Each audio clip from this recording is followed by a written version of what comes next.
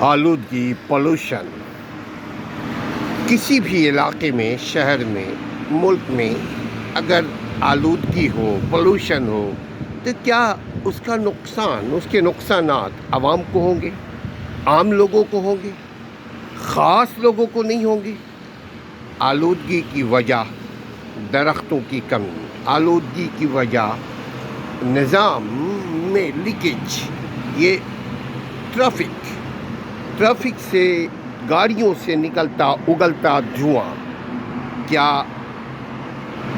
اس کے نقصانات ہر شخص کو، ہر مخلوق کو جو زندہ ہے، انسان تو انسان، جانور کو بھی اس کے نقصانات ہوتے ہیں؟ آلودگی سے پاک معاشرے کو، پولوشن سے پاک معاشرہ بنانے کی کوشش کیجیے، اس میں انسان اور انسانیت کی بقا ہے۔